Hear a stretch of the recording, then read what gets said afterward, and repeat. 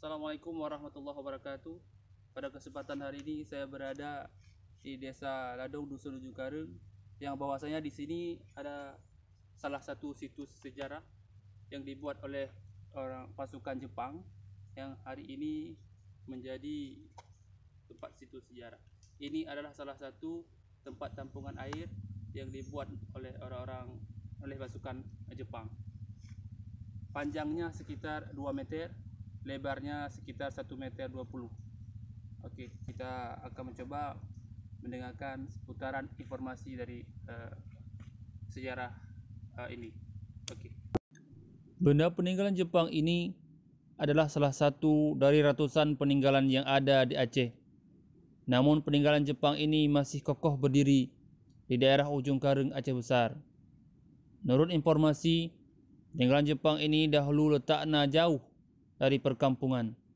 Diperkirakan jauhnya 2 km arah gunung. Pasca kemerdekaan Indonesia dari Jepang tahun 1945, masyarakat Ujung Kareng berinisiatif mengangkat benda tersebut ke perkampungan. Namun, inisiatif tersebut berhasil dijalankan diperkirakan pada tahun 1950. Masyarakat kampung Ujung Kareng ramai-ramai dengan sistem gotong royong mengangkat benda tersebut hingga sampai ke perkampungan. Tempat peninggalan Jepang ini masyarakat gunakan untuk menampung air berwuduk bagi masyarakat yang ingin solat 5 waktu. Dahulu, di samping bak air ini berdiri kokoh sebuah menasah yang terbuat dari kayu.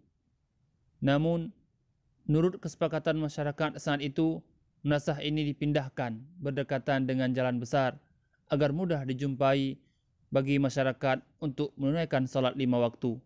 Seiring waktu berjalan, menasah ini pun dibongkar, dikarenakan akan dibangun sebuah masjid yang bernama Masjid Nurul Jannah. Masjid ini masih berdiri kokoh sampai saat ini. Masjid ini bertempat di Jalan Laksamana Malahayati, Desa Ladong, Dusun Ujung Kareng. Demikian sejarah singkat peninggalan Jepang di Ujung Kareng. Semoga bermanfaat dan menambah informasi bagi yang belum mengetahui. Assalamualaikum warahmatullahi wabarakatuh.